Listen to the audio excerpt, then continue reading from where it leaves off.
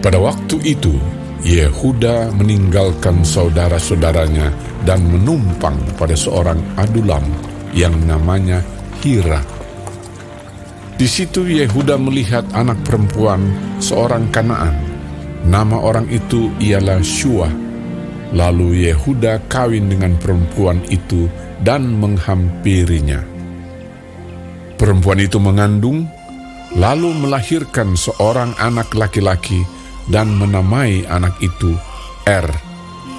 Sesudah itu perempuan itu mengandung lagi, lalu melahirkan seorang anak laki-laki dan menamai anak itu Onan. Kemudian perempuan itu melahirkan seorang anak laki-laki sekali lagi dan menamai anak itu Shelah. Yehuda sedang berada di Kezib ketika anak itu dilahirkan. Sesudah itu Yehuda mengambil bagi Er, anak sulungnya, seorang istri yang bernama Tamar. Tetapi Er, anak sulung Yehuda itu adalah jahat di mata Tuhan. Maka Tuhan membunuh dia. Lalu berkatalah Yehuda kepada Onan, "Hampirilah istri kakakmu itu. Kawinlah dengan dia sebagai ganti kakakmu, dan bangkitkanlah keturunan bagi kakakmu." Tetapi Onan tahu bahwa bukan ia yang empunya keturunannya nanti.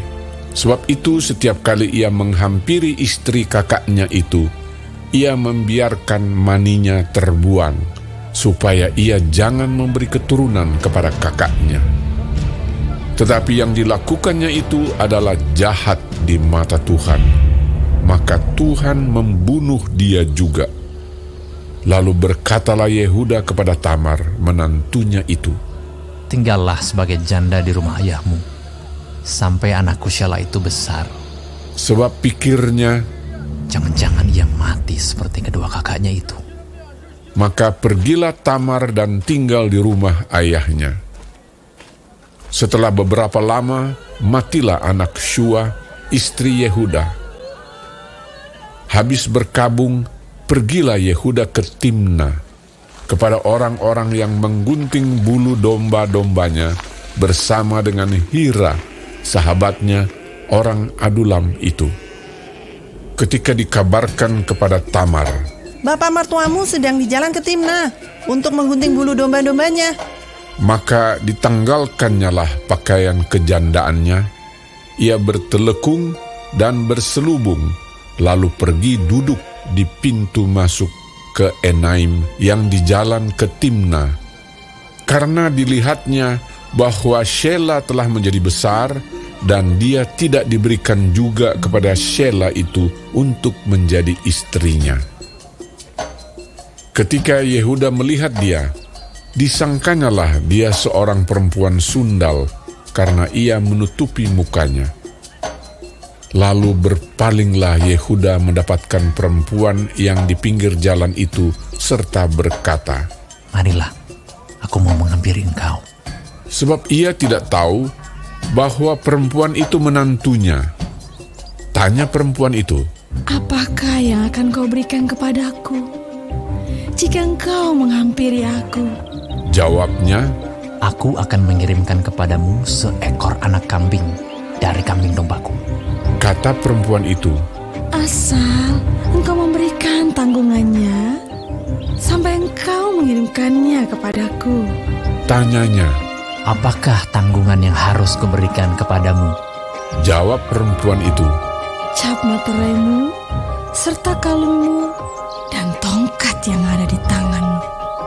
Lalu diberikannya lah semuanya itu kepadanya, maka ia menghampirinya.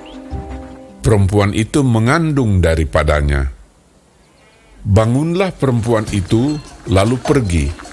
Ditanggalkannya telekungnya, dan dikenakannya pula pakaian kejandaannya. Adapun Yehuda, ia mengirimkan anak kambing itu dengan perantaraan sahabatnya, orang Adulam itu, untuk mengambil kembali tanggungannya dari tangan perempuan itu, tetapi perempuan itu tidak dijumpainya lagi. Ia bertanya-tanya di tempat tinggal perempuan itu, "Di manakah perempuan jalan yang duduk tadinya di pinggir jalan di Enaim itu?"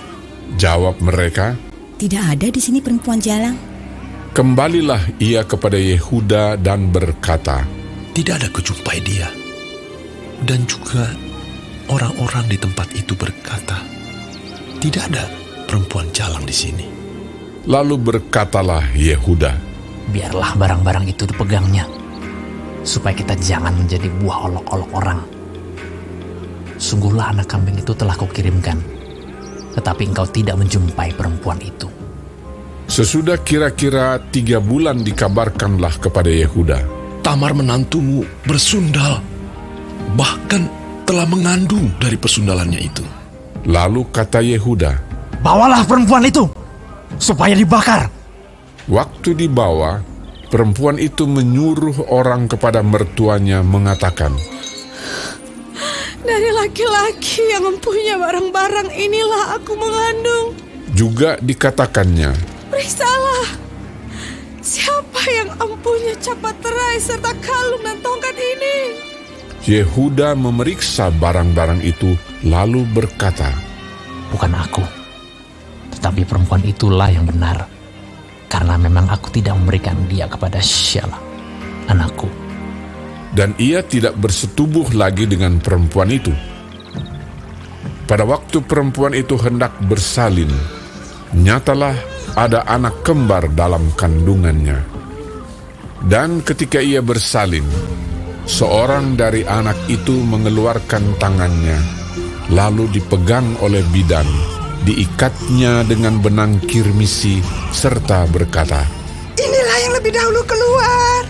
ketika anak itu menarik tangannya kembali, keluarlah saudaranya laki-laki, dan bidan itu berkata, Alangkah kuatnya engkau menembus keluar.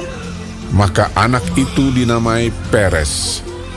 Sesudah itu, keluarlah saudaranya laki-laki yang tangannya telah berikat benang kirmisi itu. Lalu kepadanya diberi nama Zerah.